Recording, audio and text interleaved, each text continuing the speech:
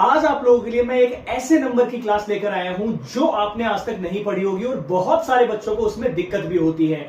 Chapter का नाम आप देख पा रहे होंगे कॉम्प्लेक्स नंबर। तो ये नंबर का ही एक पार्ट होता है बट क्लास 11 में बच्चों को बहुत परेशान करता है। तो आइए स्टार्ट करते हैं आज का ये चैप्टर कॉम्प्लेक्स नंबर। ध्यान से देखेंगे, आपने नंबर्स बहुत टाइप्स के पढ़े हैं। मैं बता देता हूं कौन से नंबर्स आप लोगों ने बचपन में पढ़े होंगे।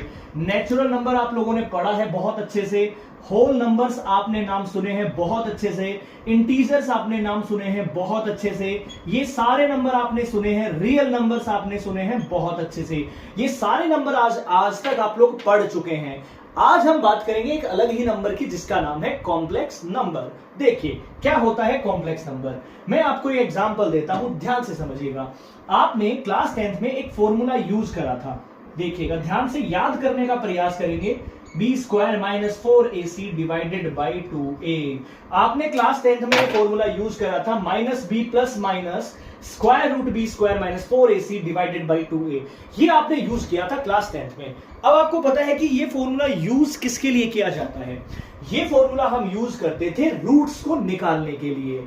और एक चीज जो आपने देखी थी, इसको हम लोग क्या बोलते हैं, इसको हम बोलते थे क्लास 10th में कि सर ये हमारा डिस्क्रिमिनेंट होता था। अगर डिस्क्रिमिनेंट 0 के बराबर होता था तो रिकॉल करिए आपने क्या सीखा था कि सर यहां पर इक्वल रूट्स आएंगे। d बराबर 0 का मतलब होता है इक्वल रूट्स। नंबर 2, अगर d ग्रेटर देन 0 होता है इसका मतलब होता है डिफरेंट रूल या डिस्टिंक्ट रूट्स। ठीक है, क्या होता है डिस्टिंक्ट रूट्स। और नंबर 3 हमारे पास होता है अगर d 0 से छोटा होता था तो आप लोगों ने 10th में पढ़ा होगा कि सर नो रियल रूट्स। अब ये जो कंडीशन आती है ना नो रियल रूट्स की, इसी से एक्सप्लेन हम कर सकते हैं बिल्कुल आराम से कॉम्प्लेक्स नंबर को। रियल रूट्स का अगर मतलब रियल रूट्स नहीं आएंगे तो इसका मतलब इमेजिनरी रूट्स आएंगे। आपने एक चीज देखी होगी 10th में कि कई बार है ना आंसर अंडर रूट में आ गया सर, माइनस में आ गया। अब मैथ्स के हिसाब से तो मैंने क्या बोला है कि भाई अंडर रूट में माइनस होता ही नहीं है। अंडर रूट में माइनस कब होता है, जब वो नंबर कौन सा हो, इमेजिनरी नंबर हो। तो जब अंडर रूट में माइनस आ जाता है वहीं से हमारा ओरिजिन होता है किसका, कॉम्प्लेक्स नंबर का। और कॉम्प्लेक्स नंबर को किससे डिनोट किया जाता है, कॉम्प्लेक्स नंबर को z से डिनोट किया जाता है। उम्मीद करूंगा इतनी चीजें आप समझे होंगे। बिल्कुल सिंपल चीजें अभी तक मैंने बताई हैं। अब कुछ चीजें आपको बताने वाला हूं, देखिए कुछ चीजें आपको बताने वाला हूं। सबसे पहले तो मैंने ये देखा कि सर कॉम्प्लेक्स नंबर को किससे डिनोट किया जाता है, सर जेड से डिनोट करते हैं, कैपिटल जेड। और इसकी जो स्टैंडर्ड फॉर्म होती है, इसकी जो स्टैंडर्ड फॉर्म होती है वो क्या होता है, z बराबर में a प्लस में आयोटा b। ये हमारा क्या होता है, जनरल फॉर्म या फिर स्टैंडर्ड फॉर्म होता है किसका, कॉम्प्लेक्स नंबर्स का। तो आई होप आप लोगों को ये चीज आपको यहां पे ध्यान में चली होगी। अब ये मैं क्यों बता रहा हूं आप लोगों को, क्योंकि मैंने आपको बताया हुआ है पहले भी कि हर चीज की एक जनरल फॉर्म होती है, स्टैंडर्ड फॉर्म होती है, और वो आपको मालूम होना चाहिए कि स्टैंडर्ड फॉर्म क्या होती है सर। अब एक चीज आप देखिए, हमने ये तो लिख दिया है आराम से। अब कई बच्चे सोचेंगे सर ये तो a है और ये प्लस है और ये i कहां से आ गया। ठीक है, ये i हमारे पास एक नई चीज आ रही है कि i क्या चीज है। यही हमारे पास क्या होता है, i का मीनिंग होता है इमेजिनरी। आई मतलब इमेजिनरी, इसको यहां पर बोला जाता है आयोटा। समझ रहे हैं मेरी बात को, इसको यहां पर क्या बोला जाता है, आयोटा बोला जाता है।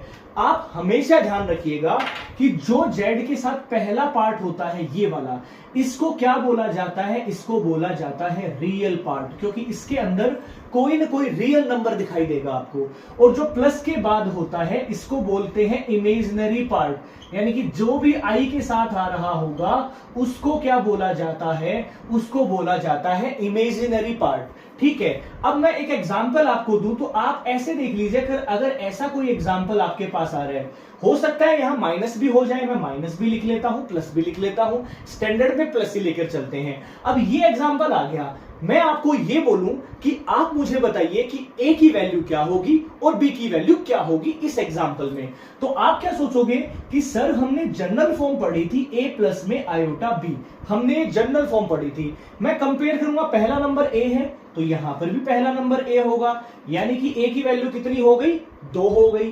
ठीक है सर, अब b की वैल्यू देखो, i के साथ में b आ रहा है, यहां i के साथ में -3 आ रहा है, मतलब b की वैल्यू -3 हो गई। मैं बिल्कुल आराम से a और b निकाल सकता हूं। अब देखो एक और सवाल, अगर आपसे ये पूछ लिया जाए कि भाई बताओ रियल पार्ट की वैल्यू बताओ, तो आप क्या बोलोगे? सर रियल पार्ट की वैल्यू कितनी है? 2 है। इमेजिनरी पार्ट की वैल्यू बताओ, तो आप बोलोगे कि ये इमेजिनरी पार्ट पूरा आयोटा वाला होता है, इमेजिनरी पार्ट। तो कोई भी सवाल हमसे अगर करे तो एक तो ये दिमाग में चलना चाहिए आप सभी लोगों के कि ये स्टैंडर्ड फॉर्म होती है किसकी? कॉम्प्लेक्स नंबर की। अब एक चीज ध्यान रखिए, कुछ स्टैंडर्ड रिजल्ट्स होते हैं जो हमें बहुत अच्छे से आने चाहिए, वो रिजल्ट आपको बहुत बार बार काम आएंगे इस चैप्टर के अंदर, तो कम से कम। तो आपके पास वो कौन से स्टैंडर्ड रिजल्ट होते हैं, आप नोट कर लेना और लिख के रख लेना ये चीज मेरे से। आप जब भी अंडर रूट के अंदर -1 आ गया, उसको क्या बोलते हैं? आयोटा बोलते हैं, ठीक है। इसका जो नाम है वो इसका नाम होता है आयोटा, ठीक है, आयोटा बोला जाता है इसको। तो आप याद रखिए, आई नहीं है, ये आयोटा होता है, ठीक है। दूसरा रिजल्ट हमारे पास आता है कि जो आयोटा स्क्वायर होता है उसकी वैल्यू -1 होती है। तीसरा नंबर आया है जो आयोटा क्यूब होता है उसका वैल्यू आयोटा होता है, और जो हमारे पास आयोटा की पावर 4 होता है उसकी वैल्यू क्या होती है? उसकी वैल्यू होती है 1। ये चारों रिजल्ट आपको बहुत बहुत बहुत इंपॉर्टेंट है आप लोगों के लिए, आपको याद रखना है बस एक बार के लिए। अब इस पे सवाल कैसे बनते हैं आइए देख लेते हैं इस चीज को भी। इस पे सवाल भी बहुत इंटरेस्टिंग बनते हैं, सवाल बहुत ही इंटरेस्टिंग बनते हैं, ध्यान दीजिएगा। फॉर एग्जाम्पल मैं एक सवाल दे रहा हूं कि सर आप बताइए इसको सिंप्लीफाई करके, आयोटा की पावर आ रहा है 39। अब सिंप्लीफिकेशन से मेरा मतलब होता है इस चैप्टर में कि जो भी आयोटा की पावर आ रही है उस पावर को रिमूव करना है और एकदम सिंपल बनाना है, ठीक है। अब इन चारों का यूज करके मैं कुछ भी कर सकता हूं, ठीक है। देखिए मुझे पता है आयोटा की पावर 4 बराबर 1 होता है, तो मैं इसी को करूंगा। यहां पे मैं 39 को क्या लिख सकता हूं? आयोटा की पावर 4 और 4 की होल पावर 9। क्यों? क्योंकि 4 की पावर 9 क्या हो जाएगी? 36, यानी कि इसका पूरा आंसर क्या आ गया? आयोटा की पावर 36। तो यहां पर तो 39 था, इसका मतलब 3 अलग से बच गया। मैं इसी को ऐसे लिख सकता हूं बिल्कुल आराम से।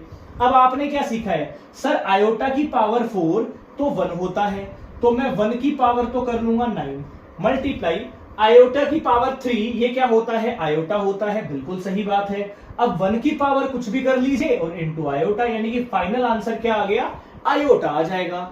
अब एक शॉर्टकट बताता हूं आप लोगों को, जैसे 39 है, आप क्या करिएगा? 39 को 4 से डिवाइड करिएगा, सबसे पहला काम। तो 4 से डिवाइड करेंगे तो रिमाइंडर कितना आएगा? रिमाइंडर 3 आएगा। अब क्या करना है? जो भी रिमाइंडर आ रहा है उसको आयोटा की पावर में रख दीजिए, रिमाइंडर को, वही आपका आंसर होगा। यहां पर रिमाइंडर 3 था तो आयोटा की पावर 3 आ जाएगा, और पावर हमें रिमूव करनी होती है तो आयोटा की पावर 3 का वैल्यू क्या होता है? आयोटा ही होता है। तो आप ये शॉर्टकट भी कर सकते हैं इस सवाल में। अगर मान लो कोई दूसरा सवाल आपके पास आ रहा है, ठीक है, मान लो कोई दूसरा सवाल आपके पास आ रहा है, मैं बहुत सारे एग्जांपल्स लेके चलूंगा यहां पे। अगर मान लो आयोटा की पावर 57 है, तो मैंने आपको क्या बताया? आप एक काम करिए, 57 को 4 से डिवाइड करके देखिए कितना जाएगा? 4 1 जा 4 और 4 4 जा 16, यानी कि आयोटा रिमाइंडर आएगा। रिमाइंडर कितना आएगा? 1 आएगा। यहां पे मैं ये मान सकता हूं।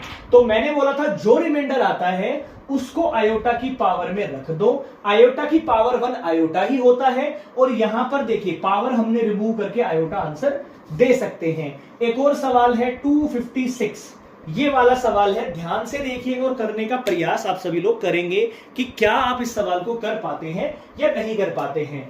तो मैंने क्या बोला था? आप 256 को 4 से डिवाइड कीजिए, कितना आ जाएगा? 4 6 जा 24, 4 4 जा 16, 0 रिमाइंडर आ रहा है। तो आप घबराइए मत, आयोटा की पावर 0, जो भी रिमाइंडर आ रहा है वो आयोटा की पावर में रख दीजिए, और आयोटा की पावर 0 का आंसर होता है हमेशा 1।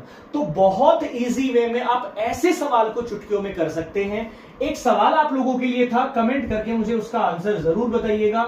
इसका आप आंसर बताइएगा आयोटा की पावर 9 प्लस आयोटा की पावर 19। तो आगे बढ़ेंगे हम अगले टॉपिक के लिए। आई होप यहां तक आप लोगों को वेल एंड गुड अच्छे से समझ में आया होगा। आगे चलते हैं, देखिए अगले कुछ टर्म्स पे। कुछ टर्म्स होते हैं इस चैप्टर में, ज्यादा बड़ा ये चैप्टर नहीं है, बिल्कुल छोटा सा चैप्टर है, आराम से आप लोग इसके बेसिक सीख सकते हैं बहुत अच्छे से। देखो, एक टर्म हमारे पास होता है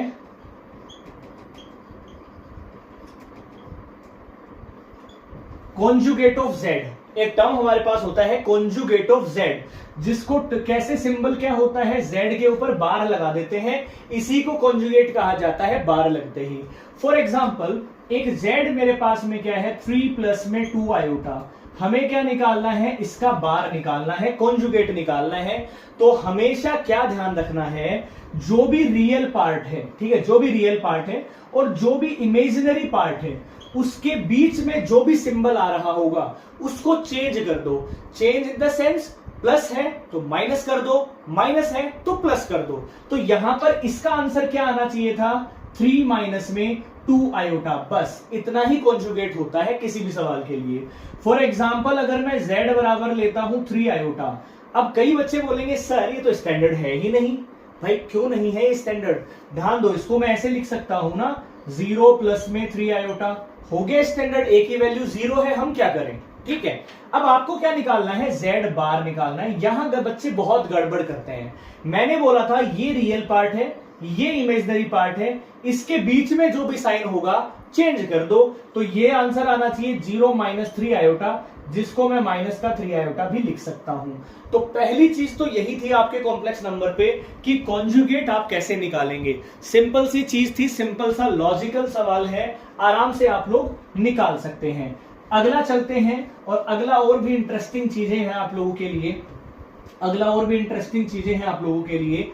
दूसरे नंबर पे आपके पास में आता है, दूसरे नंबर पे आपके पास आता है मॉडुलस, ठीक है, दूसरे नंबर पे आपके पास आता है मॉडुलस ऑफ z, जिसको कैसे डिनोट किया जाता है, मोड फंक्शन। जब मैंने रिलेशन और फंक्शन में बहुत अच्छे से समझाया था, टाइप्स ऑफ फंक्शन मैंने बताए थे, फॉर्म्स और फॉर्मेट्स ऑफ फंक्शन मैंने बताए थे। मॉडुलस का मतलब होता है दीवार आ जाती है दोनों तरफ। अब मान लीजिए कि एक z हमारे पास है a प्लस में आयोटा b, मैं स्टैंडर्ड फॉर्म ही ले लेता हूं। इसका अगर मुझे निकालना है z बार, तो मैं कैसे निकालूंगा, अंडर रूट लगा लेना है, a जो भी होगा उसका स्क्वायर कर दो, प्लस में b जो भी होगा उसका स्क्वायर कर दीजिए, आयोटा नहीं लेके चलना है, ठीक है, आयोटा का कोफिशिएंट होता है b। फॉर एग्जाम्पल, अगर z मुझे दे रखा है 3 माइनस 2 आयोटा, तो मैं इसका जो z बार निकालूंगा वो क्या निकालूंगा, अंडर रूट a यहां पर है 3 तो 3 का स्क्वायर, प्लस b यहां पर है माइनस का 2 तो इसका स्क्वायर कर दूंगा। ये मेरे पास आंसर आएगा 3 3 9, 2 2 4, अंडर रूट में 13 इज द राइट आंसर। तो बिल्कुल इजी वे में आप क्या निकाल सकते हो, इजी वे में आप क्या निकाल सकते हो, मॉडुलस भी फाइंड कर सकते हो। अगला जो कॉन्सेप्ट है वो आपको बता देता हूं, बहुत इजी कॉन्सेप्ट है इसमें।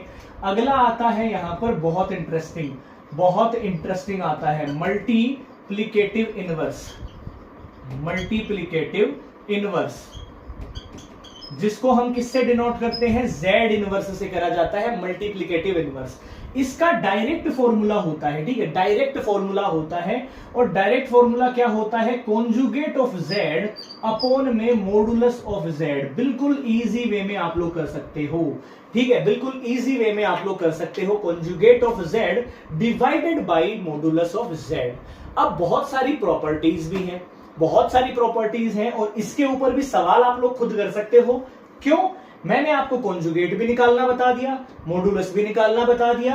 अब आपके सामने एक सवाल तो है ये, z बराबर 1 प्लस आयोटा और 2 माइनस आयोटा। दूसरा सवाल आपके पास है ये वाला 3 माइनस 2 आयोटा। इन दोनों सवाल का हमें मल्टीप्लिकेटिव इनवर्स निकालना है, ठीक है। अब आप क्या करेंगे कि आप सोचेंगे सर इसका हम क्या निकाल देते हैं, कॉन्जुगेट। तो बच्चे क्या करने लग जाएंगे, इसका कॉन्जुगेट निकालने के लिए बच्चे ने, सर ने बोला था कि रियल पार्ट और इमेजिनरी पार्ट के बीच का साइन चेंज कर दो, तो मैं कर देता हूं सर 1 माइनस आयोटा कर देता हूं और 2 प्लस आयोटा, हो गया हमारा काम। बिल्कुल गलत, आपका काम नहीं हुआ है। ध्यान देना है ऐसे सवालों के लिए, ये इंपॉर्टेंट सवाल आ गया, आप इससे बहुत सारे सवाल कर लेंगे, ठीक है। z होता है a प्लस आयोटा b, ये स्टैंडर्ड फॉर्म होती है। आपको इस वाले सवाल को पहले चेक करना है क्या ये स्टैंडर्ड में है, मतलब रियल अलग ही है, इमेजिनरी पार्ट अलग ही है। अगर ऐसा नहीं है तो पहले इसको चेंज करना पड़ेगा आप लोगों को, ठीक है, पहले इसको क्या करना पड़ेगा, चेंज करना पड़ेगा आपको। देखो इस सवाल में ध्यान से देखिएगा, इस सवाल को ध्यान से देखिएगा। मैं सवाल यहां लिख लेता हूं, z बराबर में 1 प्लस आयोटा 2 माइनस आयोटा। मैं ज्यादा से ज्यादा इसको ब्रेक करके लिख सकता हूं अलग अलग। कैसे ब्रेक करूंगा, एक तो लिखूंगा 1 अपॉन में 2 माइनस आयोटा, इसके नीचे ये लिख लूंगा, और प्लस में लिख लूंगा आयोटा अपॉन में 2 माइनस आयोटा। ये दो पार्ट मैंने अलग अलग कर लिए। यहां भी सर दो ही पार्ट थे, बट पहले पार्ट में कहीं भी आई नहीं आना चाहिए, बट यहां तो सर आ गया है। इसका मतलब ये डायरेक्ट सोल्व नहीं होगा, पहले इसको कन्वर्ट करना पड़ेगा इस फॉर्मेट में। और कन्वर्ट कैसे किया जाता है लिख के रख लो, नोट कर लो, रैशनलाइजेशन ही ऑप्शन है आपके पास। रैशनलाइजेशन कर लीजिए, आंसर आपका आ जाएगा 1 upon iota 2 minus iota, multiply में कर दूंगा 2 प्लस आयोटा और 2 प्लस आयोटा। आगे बढ़ते हैं, ये 1 प्लस आयोटा है, ये 2 प्लस आयोटा है। 1 को 2 से करेंगे 2 आएगा, 1 को आयोटा से करेंगे आयोटा आएगा, आयोटा को 2 से करेंगे 2 आयोटा आएगा, आयोटा को आयोटा से करेंगे आयोटा स्क्वायर आएगा।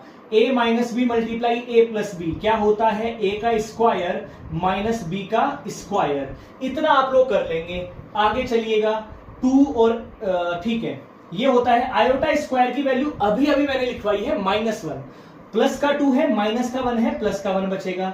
2 आयोटा और 1 आयोटा हो जाएंगे 3 आयोटा, डिवाइड 2 का स्क्वायर 4 होता है, माइनस आयोटा स्क्वायर हो जाएगा। ये तो आएगा 1 प्लस 3 आयोटा, नीचे आएगा 4 और ये आयोटा स्क्वायर की वैल्यू -1, तो माइनस माइनस प्लस यानी कि टोटल 5 आएगा। अब इसको जरा ध्यान से देखो, ये हमारा कन्वर्ट हो गया है स्टैंडर्ड में। अभी भी कुछ बच्चे कंफ्यूज हो गए, सर ये भी स्टैंडर्ड नहीं है हिसाब से तो, बट ये स्टैंडर्ड है बेटा। देखो 1 प्लस में 3 आयोटा डिवाइड बाई 5 आ रहा है, इसको मैं कैसे लिख सकता हूं, 1 अपॉन 5 लिख सकता हूं और 3 आयोटा अपॉन 5 लिख सकता हूं। यहां से आप क्या देख रहे हो, ये पूरा पार्ट तो है रियल और ये आ रहा है इमेजिनरी, बिल्कुल इस हमारा चेंज हो गया स्टैंडर्ड में।